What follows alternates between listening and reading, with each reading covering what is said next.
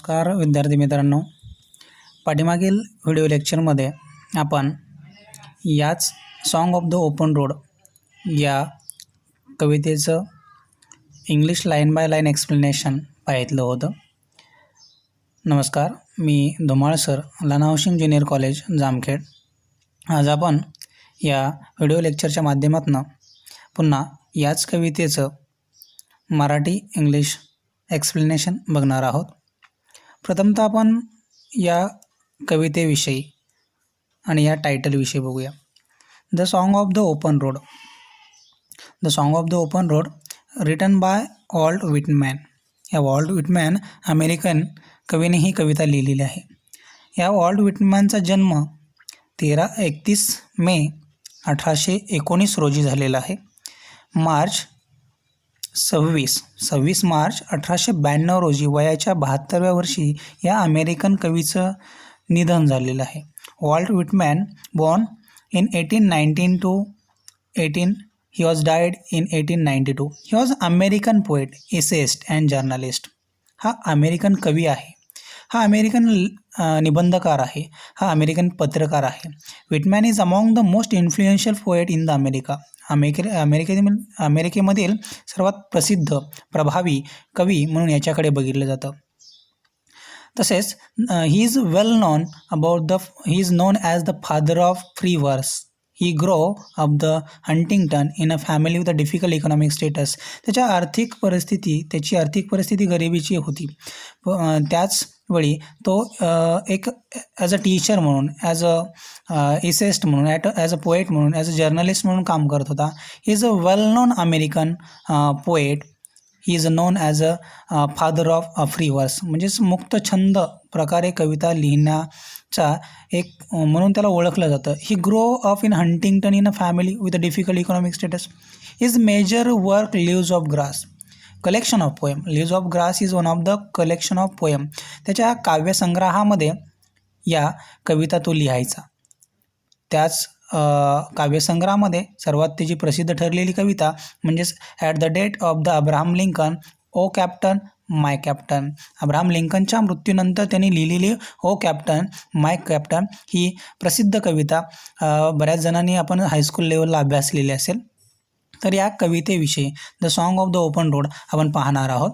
The section of the song of the open Road is taken from the leaves of Grass. ही कविता याच्या collection of poem Leaves of ग्रासमधनं घेतलेली आहे. आपली ही अभ्यासक्रमात असणारी युनिट नंबर 2.1 पेज नंबर 94 यावर असणारी ही जी पोएम आहे Song of the open Road ही त्याच्या वॉल्ट व्हिटमॅनच्या लिव्ज ऑफ ग्रास या काव्यसंग्रहामधनं घेतलेली आहे. तर या कविता घेण्यापाठीमागचा उद्देश काय आहे, यामध्ये नेमकं काय आहे, आपण याविषयी बघणार आहोत. तर इथं पहा, the leaves of grass is a beautiful blend of self awareness, free will and tenderness of the heart. It gives us a poet realisation that along the journey of life one will face a test wisdom which is not tested in any school or university. ह्याच्यामध्ये कवी हा first person narration आहे, स्वतः लिहितोय, स्वतः बोलतोय असं आपल्याला दिसून येतं आहे. आपण इथं म्हणू शकतो की स्वगत, मोनोलॉग या ठिकाणी वापरलेला आहे, की स्वतः प्रत्येकाला, जगातील प्रत्येक व्यक्तीला त्यांनी स्वतः लिहिलेली. वॉल्ट व्हिटमॅननी स्वतः ही पोएम लिहिलेली आहे. आणि फर्स्ट पर्सन नॅरेशन, मी आहे, a foot and light hearted I take the open road असा उल्लेख केलेला. म्हणजेच स्वतः लिहिली, त्याच्याविषयी लिहिलेली आहे, त्यांनी लिहिलेली आहे, परंतु जगातील प्रत्येक वाचकाला, रीडरला असं वाटतंय की ती माझ्याविषयीच आहे. तर बघूया, द रोड सिग्निफाईज मोबॅलिटी. म्हणजेच रोड म्हणजेच काय, रोड हे कशाचं प्रतीक आहे, तर हे गतिमानतेचं प्रतीक आहे, हे गतिशीलतेचं प्रतीक आहे. One can take the road as a point to start over toward the something new. नवीन काहीतरी गोष्ट करायची आणि त्याच्याकडे जाण्याचा जो मार्ग आहे तो म्हणजेच आपण रोड म्हणतो. Whitman talks about the people and place. He argues against the staying in one place. आणि व्हिटमॅनला राग येतोय, व्हिटमॅनला या लोकांच्या विरुद्ध आहे की त्या आर्ग्युमेंट करतो त्या लोकांशी. कोणत्या लोकांशी, अगेन्स्ट स्टेईंग वन प्लेस. एकाच ठिकाणी जे थांबलेले आहेत त्या लोकांविषयी त्याला चीड येते, राग येते, त्यांच्याशी आर्ग्युमेंट करतोय. Although the hospitality may be a truth.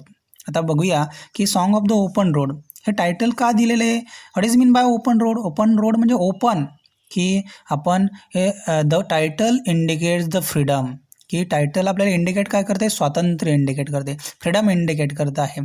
It is a creation of the inspirational poem. I think that poem is nice because it encourage us to enjoy the life in health and free world, की आपल्याला इथं encourage करते ही poem, की का करते आहे?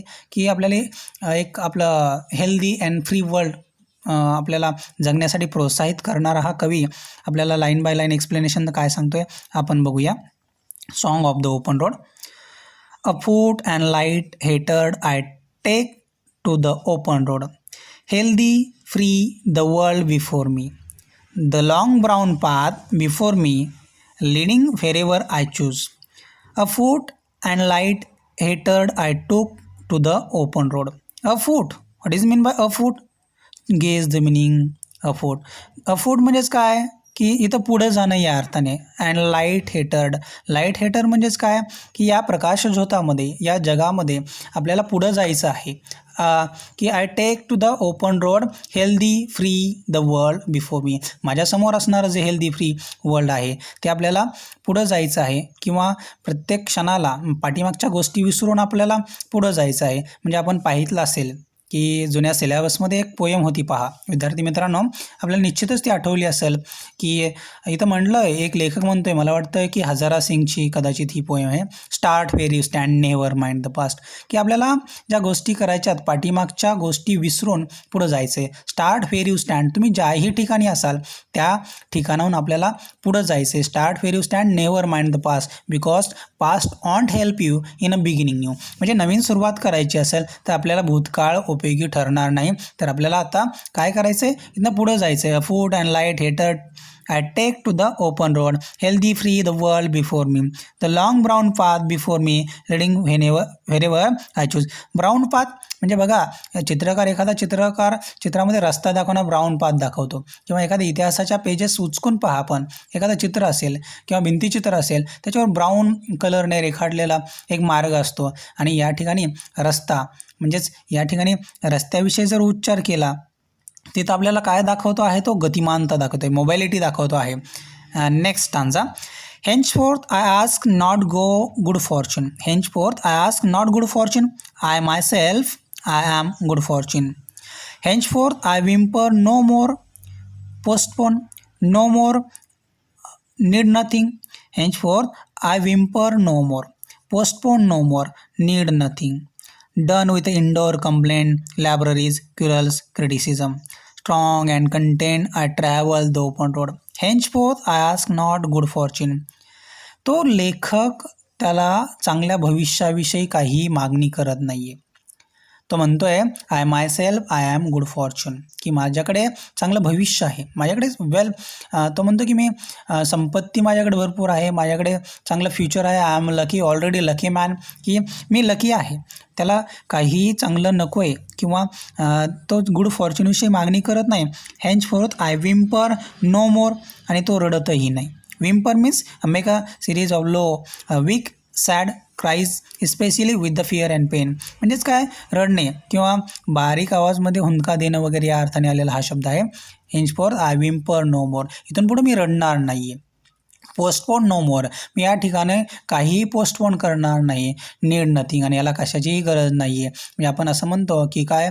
कल करे सो आज कर, आज करे सो अब, या अर्थाने या ठिकाणी आपण म्हणू शकतो. डन विथ इंडोर कंप्लेंट, आणि आतापर्यंतच्या त्यांनी संपूर्ण इंडोर कंप्लेंट जे आहेत, जे तंटे आहेत, वाद आहेत, एकमेकांशी झालेले वाद आहेत, फॅमिली असतील, फ्रेंड असतील, किंवा त्याचे कलिग्ज असतील, याच्याबरोबर त्यांनी काय केलेले आहेत? मिटवलेले आहेत. Done with indoor complaint, libraries, querulous, criticism, म्हणजेच जे पाठीमागं जे झालं आहे ते त्यांनी पुढं विसरून चाललेलं आहे. What has been yesterday is dead, जे झालं ते झालं, जे झालं ते झालं, तो विसरून चाललेला आहे आणि आता त्याला पुढं जायचं आहे. Future is your time, future is your time and time is played, आणि भविष्यकाळ जरी आपला असला तरी तो वेगवाने निघून जाणार आहे. विद्यार्थी मित्रांनो, इथं त्याच प्रकारे लेखक म्हणतोय done with indoor complaint, libraries, querulous, criticism, की या ठिकाणी ज्या चिंता आहेत, तणाव आहे, की आपण आपल्याला सवय असते जीवनामध्ये येणारा तणाव, संघर्ष, चिंता यालाच गुटमळून बसण्याची सवय असते. तर आपण आपल्याला आठवत असेल की श्रीमद भगवद्गीतेमध्ये गीतेचा अर्थ किंवा आपण म्हणूया त्याला सार सांगताना की त्या ठिकाणी सारमध्ये लिहिलेलं आहे, क्यों व्यर्थ चिंता करते हो, किससे व्यर्थ डरते हो, कौन तुम्हें मार सकता है, आत्मा न पैदा होती है न मरती है, जो हुआ अच्छा हुआ, जो हो रहा है अच्छा हो रहा है, जो होगा वही भी अच्छा होगा, भूत का पश्चाताप न करो, भविष्य की चिंता न करो, वर्तमान चल रहा है. म्हणजेच भूतकाळाचा विचार करू नका, है ना, की भविष्यकाळाचा विचार करू नका, वर्तमान काळ हा चालू आहे. What has been yesterday is dead. म्हणजेच भूतकाळ मृत पावलेला आहे आणि येणारा काळ म्हणजेच future is your time and time is a fleet. तो वेगवाने येणारा काळ तुमचा आहे परंतु तो वेगवान आहे याचीही जाणीव त्यांनी करून दिलेली आहे. Strong and content I travel the open road. म्हणजेच मी कसा आहे, पुढे जाण्यासाठी मी एक स्ट्रॉंग आहे. कंटेंट म्हणजे समाधानी आहे. आपल्याला एक शब्द गेलेला आहे बघा की सुधा मूर्ती यांच्या एका चॅप्टरमध्ये आपण एका स्टोरीमध्ये हा चॅप्टर गेला आहे, कंटेनमेंट. कंटेनमेंट म्हणजे काय, समाधानी असणारा व्यक्ती. Strong and content I travel the open road. मुक्त जगामध्ये वावरण्यासाठी मी खूप समाधानी आहे. That is sufficient. या पृथ्वीवर या जगामध्ये आता मला प्रवास करायचा आहे, नवीन प्रवास करायचा आहे. तर या जगामध्ये प्रवास करताना दॅट इज सफिशियंट. या पृथ्वीवर जे जे आहे ते माझ्यासाठी सफिशियंट आहे, पुरेसं आहे असं म्हणतोय. पाहूया पुढील पार्टमध्ये. I do not want the constellation any near air. I do not want the constellation any near air म्हणजे त्याला कोणत्याही प्रकारचं कॉन्स्टलेशन जवळ नको आहे. म्हणजेच कॉन्स्टलेशनचा या अर्थाने या ठिकाणी शब्दशः अर्थ असा होतो की तारकांचा समूह किंवा नक्षत्रमंडळ. परंतु या ठिकाणी असा न घेता I do not want the constellation any near air म्हणजे त्याला कोणत्याही इन्फ्लुएन्शियल ग्रुप ऑफ पीपलचा त्याच्या भोवती गराडा नको आहे. ही प्रभावी लोकांची ओळख सांगून त्याचं काम त्याला करायचं नाही आहे किंवा त्याला कोणत्याही प्रकारचा गैरफायदा किंवा प्रसिद्धी नको आहे. I do not want the constellation any near air. I know they are very well where they R. मला माहिती आहे ते ज्या जागी असतील, जे प्रभावी व्यक्ती, प्रसिद्ध व्यक्ती, श्रीमंत व्यक्ती ज्याही ठिकाणी असतील ते त्यांच्या जागेवर योग्य आहेत. I know they suffice for those who belong to them. तरी इतरांकडून कोणत्याही प्रकारची त्याला अपेक्षा केलेली नाही आहे. इतरांकडून कोणत्याही प्रकारची अपेक्षा न करता त्याला जायचं आहे, त्याला जगातला प्रवास करायचा, इथून पुढचा प्रवास करायचा आहे. आणि आपल्याला प्रत्येकाला इथं फर्स्ट पर्सन नॅरेशन बघू शकतो. मी I do not want the constellation any nearer. I know they are very well where they are म्हणजेच मला, आपल्या प्रत्येकाला असं वाटतंय की मी या जागेवर आहे, मी या कवीच्या जागेवर आहे. म्हणून तो म्हणतो I know they suffice for those who belong to them. इतरांकडून कोणत्याही प्रकारची तो अपेक्षा करत नाही आहे. पाहूया शेवटच्या पार्टमध्ये तुम्ही पाहू शकता की ऑब्झर्वेशन जर केलं तर हा इन ब्रॅकेटमध्ये घेतलेला आहे, पॅरांथेसिस म्हणतो आपण, कंसामध्ये घेतलेला आहे. It is most important part in this poem. The last stanza shows the different things of the worldly people. या जगातील लोकांपेक्षा या लास्ट स्टांजामध्ये वेगळंच असं काहीतरी सांगितलेलं आहे किंवा लेखक म्हणतोय या ठिकाणी वॉल्ट व्हिटमॅनचं मत आहे, steel here I carry my old delicious burden. Steel तरीही आत्तापर्यंतची कविता आपण पाहितलेली असेल. या कवितेमध्ये तो काय अपेक्षा व्यक्त करतोय, काय व्यक्त करतोय, कशा प्रकारे त्यांनी भावना व्यक्त केल्या. Steel here I carry my old delicious burden. Here the burden means की ओझं, डिफिकल्टीज, प्रॉब्लेम, त्या समस्या आहेत. तो म्हणतो still I carry my old delicious burden. या ठिकाणी बघू शकता तुम्ही की एक डेलिशियस बर्डन, एक गोड असं ओझं, गोड अशा जुन्या आठवणी तो घेऊन चाललेला आहे. I carry them man and women I carry them with me wherever I go. I carry them, मी त्यांना घेऊन जाणार आहे. मेन अँड वुमेन, जे लोक माझ्या प्रवासात भेटले, जे मित्र कंपनी, जे लोक मला ज्या आठवणी गोड कटू आठवणी देऊन गेलेले, त्या सर्व मी माझ्या भोवती माझ्यासोबत गोड आठवणी घेऊन जाणार आहे. I carry them men and women I carry them with me wherever I go. मी ज्याही ठिकाणी जगामध्ये वावरेल, ज्याही ठिकाणी मी जाईल त्या ठिकाणी मी त्यांच्या आठवणी माझ्याबरोबर घेऊन जाईल. I swear it is impossible for मी.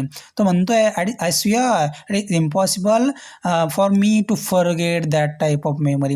या आठवणी मला विसरणं मला काय नाही आहे, कठीण जात आहे किंवा मी विसरूच शकत नाही. आय स्वेअर, मला खात्री आहे की काय, it is impossible for me to get rid of them, to forget of them, की या आठवणी विसरणं, त्यांची माझ्यापासून आठवणीपासून माझी सुटका होणं अशक्य आहे. I am filled with them, त्या आठवणी माझ्यात सर्व आहेत, माझ्यामध्ये ओतप्रोतपणे भरलेल्या आहेत. And I will fill them in return, आणि मी त्या रिफिल करण्याचा निश्चितच प्रयत्न करील, असं वॉल्ट व्हिटमॅनला म्हणायचे.